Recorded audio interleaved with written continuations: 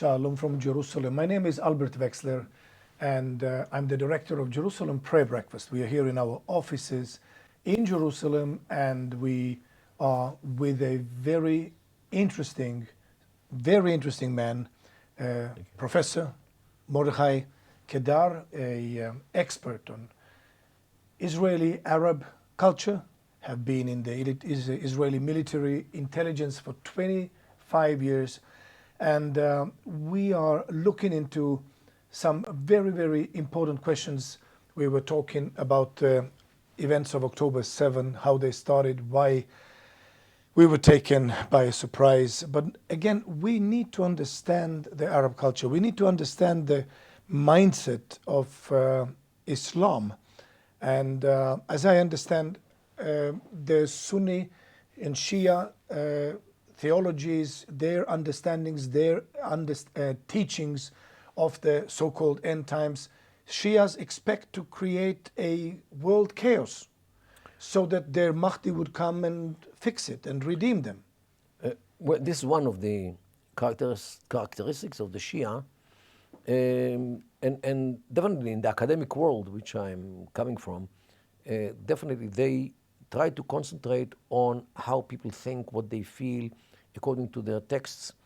But if you really check the rift between the Sunni and the Shia, it started with a fight on the government or the rulership of Islam after Muhammad died. He died in 632 CE, and the Sunni-Shi'i struggle started the same day because Muhammad's first cousin, Ali, claimed that he got a promise from Muhammad that he will replace him. And while the others who surrounded Muhammad, his companions, did not believe him, and they took the caliphate from him. And he collected a group of people around him, Ali, the cousin, and a group of people in Arabic is Shia. It's in Hebrew, it's Si'a. In Arabic, it's Shia. Arabic and Hebrew are close. So this is actually the struggle over the government or over the rulership. Who will be the ruler of Islam? And then, political fights might be very problematic. And they actually were killing each other for 14 centuries, since 632 CE.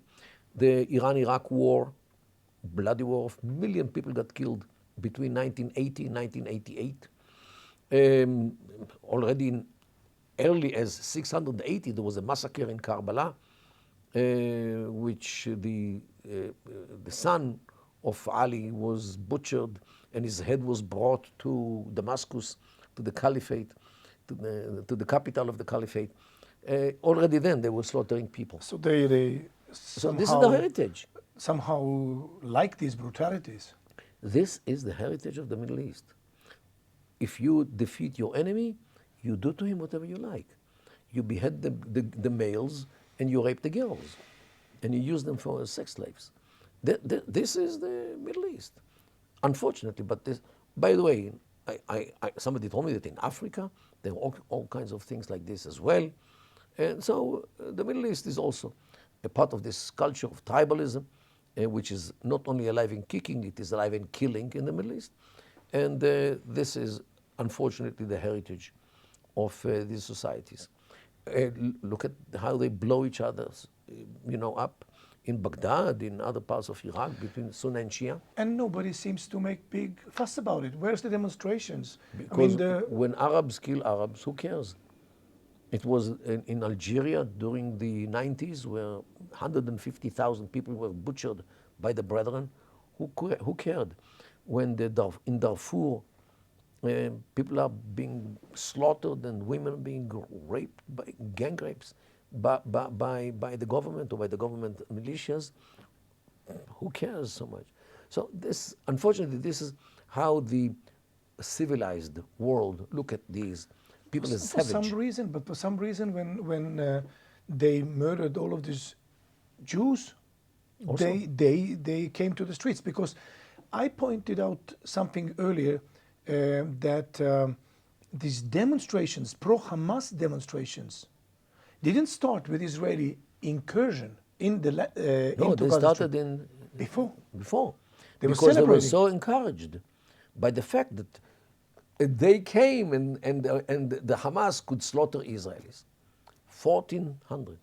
This was really uplift for their mood, and yeah, and we saw, in Gaza, people say, how come we are bombing civilians? You know how they rejoiced in Gaza when they heard what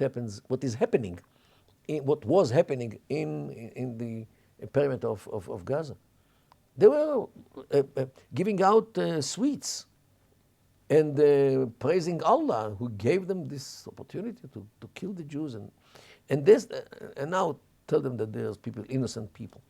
Okay, no, I'm not saying that somebody who spreads sweets should be killed because of this, but people definitely sided with Hamas for many years. They voted for Hamas in 2006.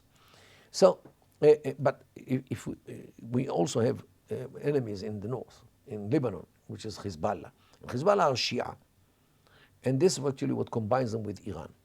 Iran, since the beginning of the 80s, the revolution in Iran was in the February of 1979. So already, less than a year later, they started to export the revolution. And the first place to export the revolution to was Lebanon. Why? Because Lebanon was a democratic state, was a liberal state. And the first Iranians who came to Lebanon came as preachers, as teachers for Islam in order to strengthen the Islamic awareness of the Shia in Lebanon, which were oppressed by the others for centuries. And it started with teachers, continued with trainers, all kinds of small training. Then it came to army training or military training.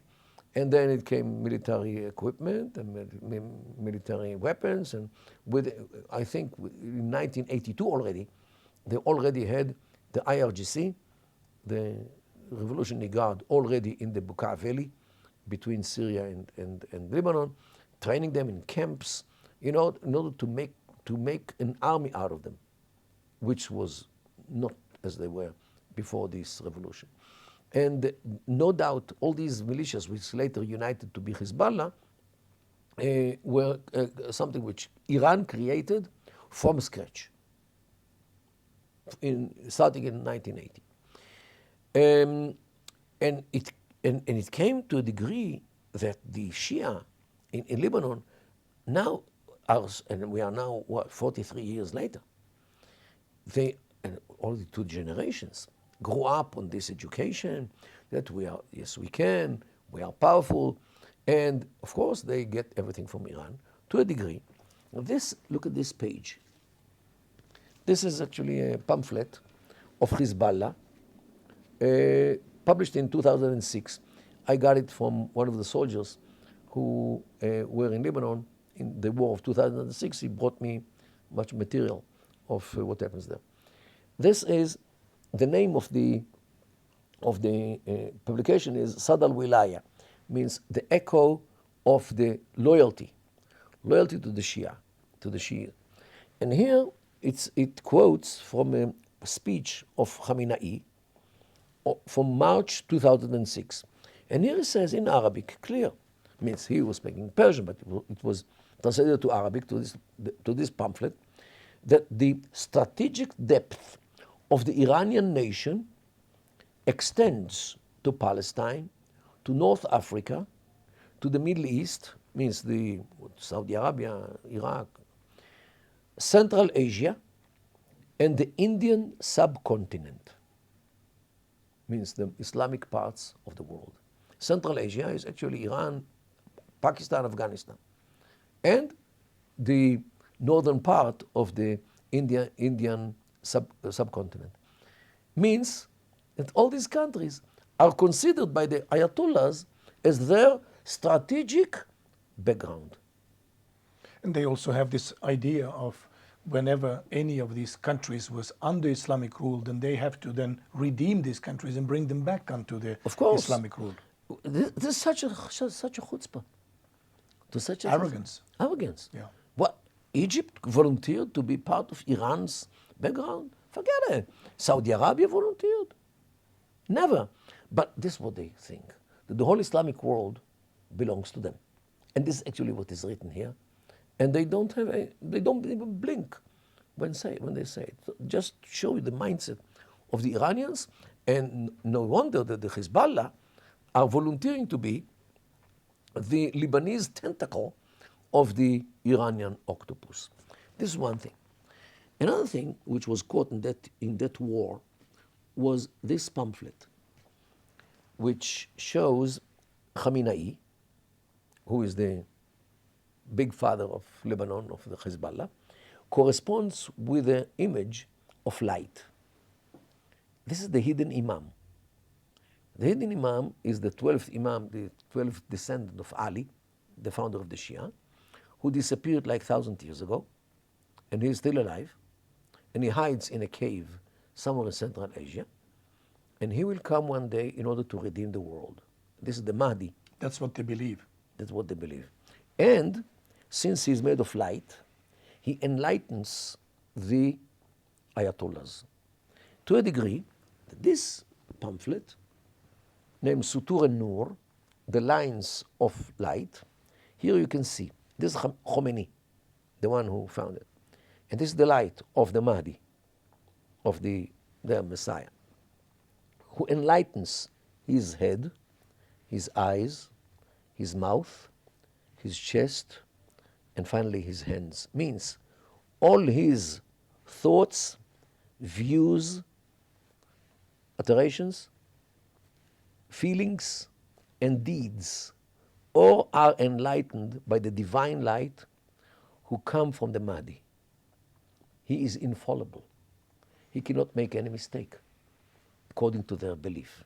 So if they decide that they should have a nuclear program, who are the American wine drinkers to tell them what to do or not to do? Who are the French or the British swine eaters to tell the believers what to do or not, what not to do?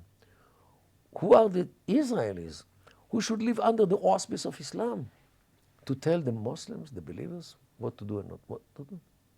This is how they look at the world. They top the world, and the others should be under their rulership. So to tell them that to stop some program or some plan which they have, who are you guys? But they, of course, very willingly are ready to take the money from United States and deceive them. And they negotiate as if they take the negotiations seriously.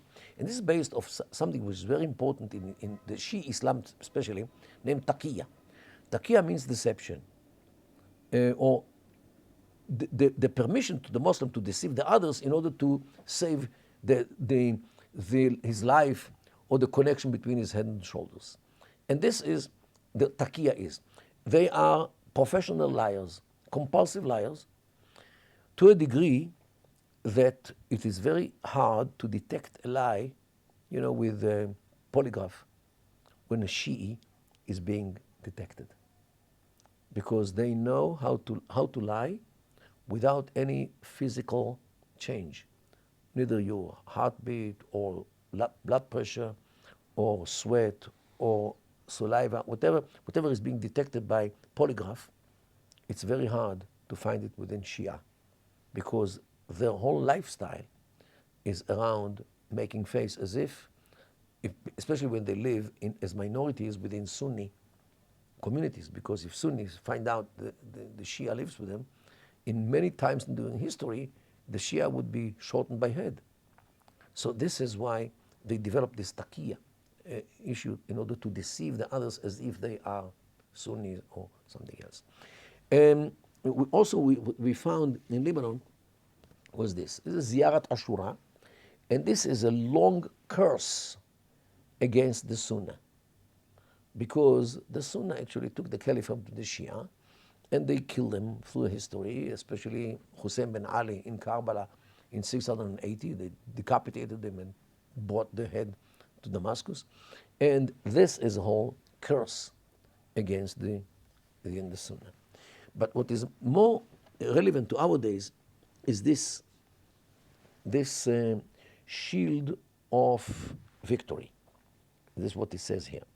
This was produced in 2000, after their alleged victory on us when we left Lebanon in May 2000. And they considered it to be a big victory over the Israelis who ran away, as they say, from Lebanon. And this is very important because the whole ideology of Hezbollah is encapsulated into this plaque. And for this interpretation. On the top, Bismillah ar-Rahman ar-Rahim, in the name of Allah, the merciful and the compassionate. This line is a line from the Quran, which says, Inna Allah lama'a sabir, فَإِنَّ حِزْبَ اللَّهِ هُمُ الْغَالِبُونَ. Means, Hizb Allah, the party of Allah, are the winners. Why? Because they belong to Allah. There is another verse which says, in Hizb al-Shaytan humul khasirun. The people who belong to the Satan, Shaitan, are the losers. Means they are the winners since they won the war against us in 2000. So they are Hizb Allah, means they belong to Allah. While the Sunnis, who lost the wars in 1948, 1956, 67, 73, all these wars which they lost, the Sunnah, are Hizb Shaitan. They belong to the Satan. And that's why they lost. Because they lost. This is the proof. Now, this is the most important part. This is the Lebanese flag, red, white, and red. In the middle, usually, they have the cedar tree in green. The cedar in Lebanon is a symbol of the Christians because the nice, the biggest cedars are going in the heart of the Christian part of Lebanon. This is why the Christians who actually led Lebanon until the, let's say, the 80s, 90s, they put on the flag their symbol. They didn't want to put a cross. They wanted, the French didn't like it. A cross would be too much Christian, too Christian.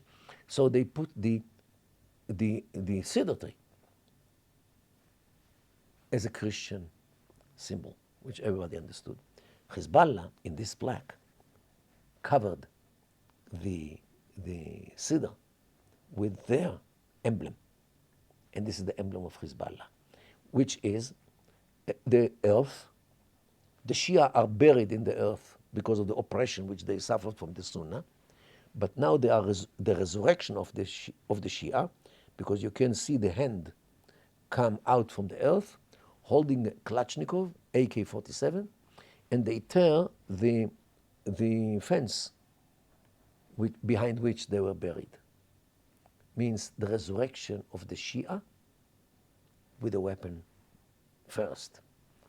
And this is the symbol of Hezbollah also here, the same thing. And this covers the cedar tree.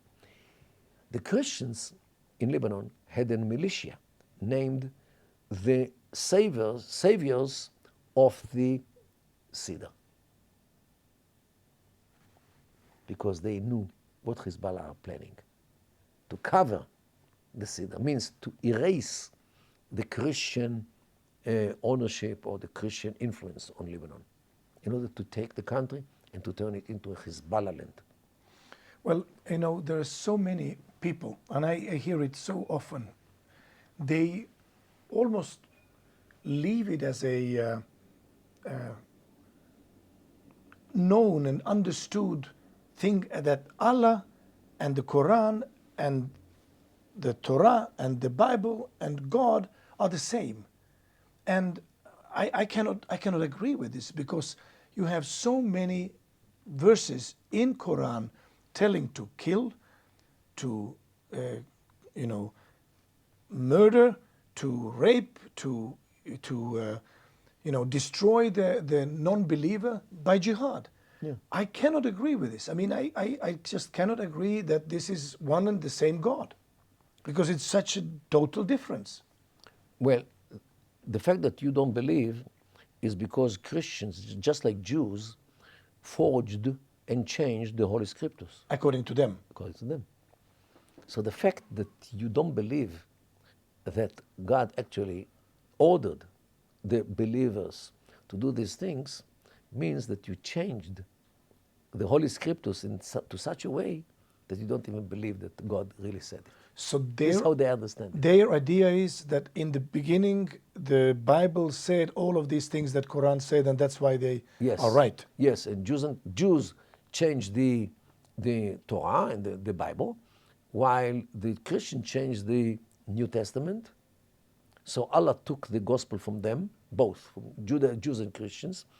Now Judaism and Christianity are din batil, means religion of falsehood, means null and void, while only Islam is din haq, means religion of truth. So history and facts and archaeology has nothing to do. Nothing to do with it. So they live just in their bubble, and Yeah. they how do we get out of this bubble? Well, education, education, and education. But since they usually refuse to be educated by the West, they still live in this bubble of beliefs. So how do we even deal with people like this? There is a way how to deal with this. Islam as a religion, Islam as a society are not suicidal. They would send some combatants to suicide attacks, but as a society, as a state, as a culture, they are not suicidal at all. When they face a powerful enemy who is powerful, dangerous, and threatening, they are allowed to give him temporary peace. Temporary peace, just like the Hudna. peace. Hudna, it's called in the tribe culture, while in the Islamic culture it's called Hudaybiyah peace. Why? Hudaybiyah was the name of a village between Mecca and Medina. Muhammad, the prophet of Islam, he ran away from Mecca in 622 CE, and he settled in Medina. He built an army, and 6 years later, in 628, he went down to Mecca to kill all his enemies. But they had a bigger army, and they both went one towards the other, and they met near this village named Hudaybiyah. Muhammad saw this giant army and the fact that they are much more powerful than him. So he understood that if he messes with them, it will be his end. So he sat with them, and they reached an agreement, peace agreement, temporary peace, for 9 years, 9 months, and 9 days. Means not even 10 years. And he went back to Medina, they went back to Mecca, and they waited for a year, 2 years to see his real intentions. And when they saw that he doesn't do anything against them, so they assumed that they have still like 8 years left with the peace, so they went to business. They took their camels and the convoy and went to India, went to Asia Minor, what today Turkey is. They passed near Medina, he waved, hello to them. They waved. So it was so friendly. When he understood that they left Mecca, he took his army, raided Mecca, killed everybody who didn't convert to Islam. He converted to Islam all those who agreed. And this was the end of the peace, which was almost for 10 years, after 2 years already, only, because it was in 630. So any agreement wouldn't really matter. From this, Muslims derive two things. One is the precedent, of course, that if you, Muslim, are weak and the enemy, the infidel, is strong, you can give him temporary peace and wait until he falls asleep on God. Second thing is, when he falls asleep on God, you can violate the peace and do whatever you have to do, because Allah made him asleep. So this is what Muhammad did, and he was infallible according to their belief. Whatever he did was right, guided by Allah. He was guided by Allah. He couldn't make any mistake. He was infallible. So this is how he did. So this is what we can do as well.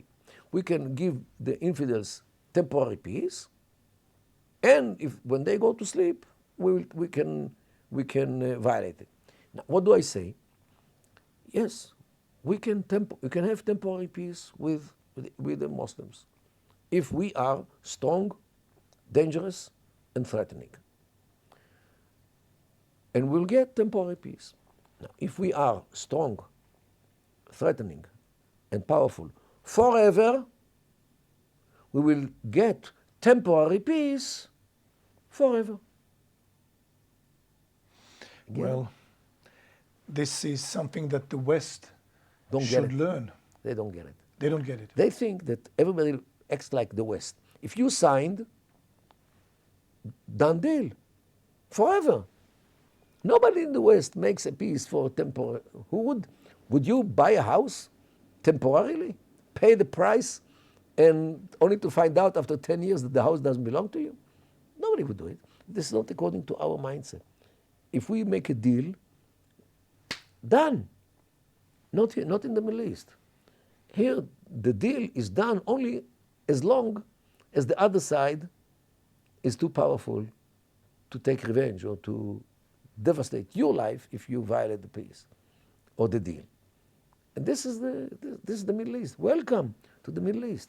Well, you sign the deal and then you start to negotiate and, of course, observe. This is what the Iranians did for many years. The nuclear deal. Of course, deal after deal. And, of course, their nuclear ambition fits their purpose very well. I mean, creating a world chaos with a nuclear button is the easiest. Look, there is a sect in the Shia Islam named Hujatiyya. They believe that the Mahdi will come if the whole world becomes a chaos in order to save the world. Allah will send the Mahdi to the world to redeem the world from the chaos. So they believe that they should push the world To the chaos. to the chaos in order to force the Mahdi to come and to redeem and to redeem the world. So there are those who build life and create new and One of beautiful the things.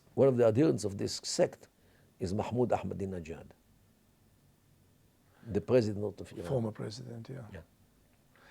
Well, I remember the day he was speaking at the Human Rights Council in Geneva. Yeah. We had a big demonstration there at that time. But, Human rights. and yeah, exactly, human rights. What do they know about human rights? It's and again, I think they are the chair of the Human Rights Committee Yeah. right now. I mean, what rights do women have in Iran? What rights? They have the rights to there? be beaten to death if they don't wear the hijab properly. This is the right. So again, I mean, this is a very horrible picture. And again, I know our viewers would even think that this is not true. This cannot be true because it's so bad, but it is, because we see that we fell asleep on guard. And what happened? And this is what it happened. I mean, the religious aspect of it is just justifying what they do. You use the term religious aspect because in our mind there are all kinds of different aspects of everything: economic, social, religious. This is not in Islam. In Islam, everything is united. Politics, religion, economy, statehood, whatever, are united because there is one Allah, one Sharia, one framework within everything enters. Because there is nothing which is out from God's or from Allah's jurisdiction. So this is why Allah controls politics, economy, of course religious issues, and infrastructure, whatever. And this is a totally different way of thinking because we divided state and church in our mind of democracy, of religion. Actually, today, in most cases in Europe, in America, is personal issue. It's not a matter of the society. But it's belief. You can believe that today is the day is night. It's your problem, your belief. Just like if you believe in God or not. This is why atheism today in the West is the name of the game. Human rights replaced the religion. This is The human today is in the center, not God. And this is the essence of atheism. Because when you extract God from your life, the human being becomes the idol. And this is human rights, the essence of the thinking about human rights. We talk about human duties before the rights. Be honest, believe in God, not to cheat, to pray, you know. 10 commandments. 10 commandments. Of course. The very foundation of the Western society, though. The definition of human being is his duties, not his rights. And this is the religious way. If you have a God, you are the servant of God. And this is the Judeo-Christian thinking. If you take God out of the picture, the human being becomes the idol, and everything else should worship the human being, should serve the human being. Me and me and me and only me. Individualism is the name of the game because of this. People do not feel that they owe to the society anything. Women do not think that they have to bring children to the world in order to keep humanity. What, am I the national womb? That's what women ethnically. I'm not. I am myself. Means myself for myself, by myself, and nothing else for myself. And this selfishness is actually the essence of the atheism which came to the world to replace religion. Or belief in God. Believe in God. But Mordechai, after this horrible October 7, I see it was a wake-up call for the whole world. A wake-up call for us in Israel, a wake-up call for the West. It's a wake-up call, and we need to have a solution. Where do you see it? The solution is social solution. Means that the only solution to the Israeli-Palestinian problem is to follow or to copy, emulate, the Emirate paradigm. The Emirates in the Gulf. What do I mean? The Arab world is roughly divided to two kinds of states: failing states and successful states. The failing states are Lebanon, Syria, Iraq, Yemen, Libya, Algeria, Sudan. The successful states are Kuwait, Qatar, Abu Dhabi, Dubai, Ras Al Khaimah, Fujairah, the 7 Emirates, in addition to Oman and Saudi Arabia. Means the Arab Peninsula, except for Yemen. All these are successful states. What makes the failures versus what makes the successful success? People would say the oil. Wrong. Iraq has a lot of oil, Libya has a lot of oil, and they are failing states. Dubai has no oil and no gas, and this is a heaven on earth. So evidently it's not the oil. So what is the secret of the Gulf states? Why are they good states, if not the oil? Sociology. The society in these countries, means the Gulf states, is one group, one tribe, one clan. In Kuwait is Al-Sabah. This is the name of the Al is tribe or house, means clan. Clan of Sabah. These are the owners and the rulers of Kuwait. Qatar is Al Thani, is the name. Dubai, Al Maktoum. Abu Dhabi, Al Nahyan. Saudi Arabia, Al Saud. Means when you base a state on a family, it works. Because the family is united usually. The family has its own agenda. The family is cohesive. The family has its own codes. And the state law is a reflection of the code of the tribe. The leadership is the same leadership. Means the leadership of the tribe is the leadership of the state. So the state actually is the other side of the clan which owns it. So the state is legitimate. The state is only the organization of the tribe to run the life of the tribe and whoever comes with. And this is why these countries are stable, with oil like Abu Dhabi, or without oil like Dubai. And Dubai lives from business. While the failing states, Iraq and Syria and all the others, are conglomerates of many groups.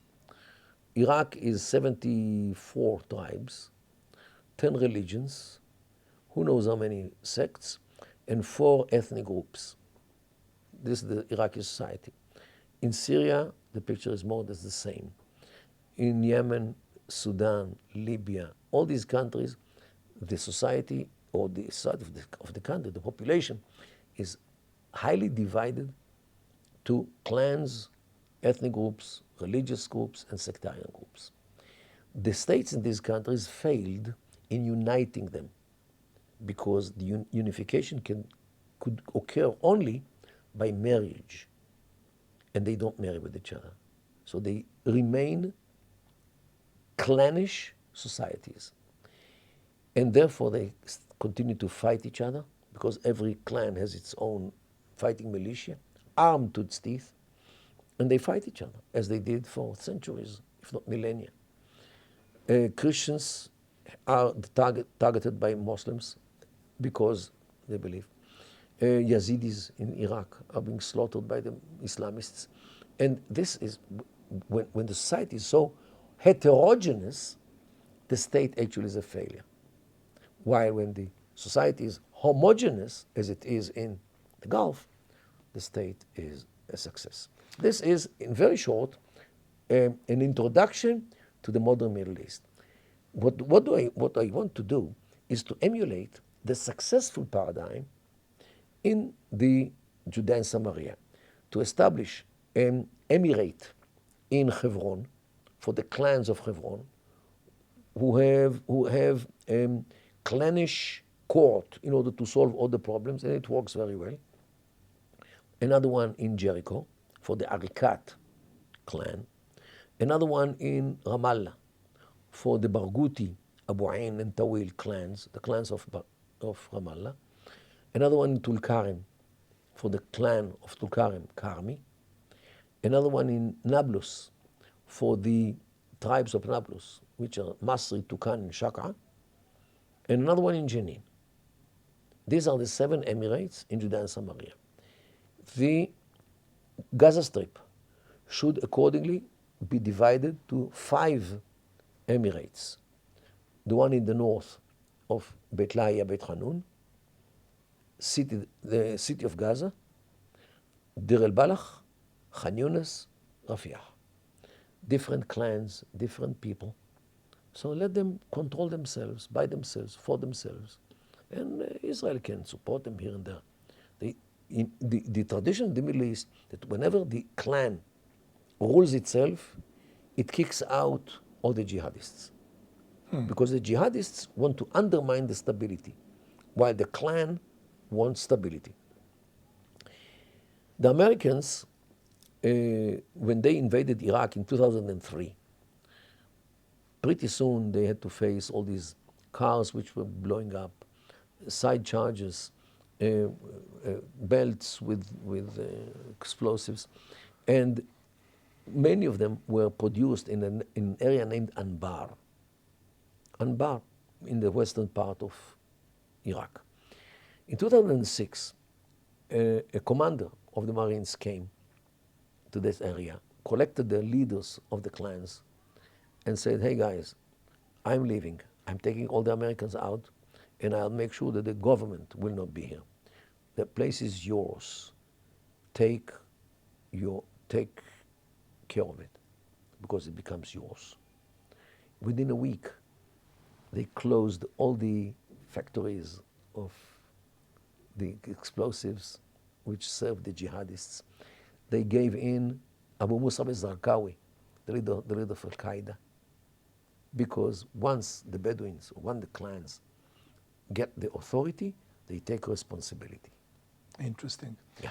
This is how it works. Now, So what I want is to emulate this paradigm also in the Palestinian Authority, because the authority is actually an umbrella of many clans which will end up like Syria or like Iraq. So why shouldn't we follow the paradigm which works in the Middle East, the clan system? You know, in America it doesn't sound good. no, in Europe either. In Europe, There because is no clans. Because no clans, and the clans, you don't Doesn't consult with your cousin No. whom to marry. Okay, so, and this is how Europeans and Americans tried for century to bring to the Middle East all kinds of Western ideas like democracy, like nationalism, like patriotism, socialism, communism, Trotskyism, all these isms which were tailored in the West for the West, by the West, based on the Western culture, heritage, and tradition, these things cannot work in the Middle East. It's just like to try to download Android to your iPhone.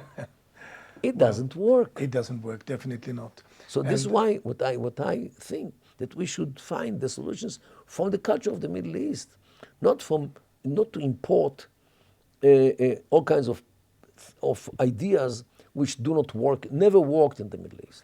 It's the first time I hear this idea of Emirates, and thank you so much, Pleasure. Mordechai Kedar, for sharing your wisdom, your experience, and it's really amazing to start to understand what we are actually facing here in the Middle East. So, as you understand, the prayer is the key to bring all of this about, that your ideas and ideas that actually work would be applied, and that we would start forming our lives around something that works and not around some things that are imported and necessarily would not work. But tune in also tomorrow, 1 o'clock Israel time, and we are bringing you answers for our allies. So everybody who prays for the peace of Jerusalem will prosper, and those who bless the seed of Abraham will see a blessing. So shalom from Jerusalem, and see you again tomorrow.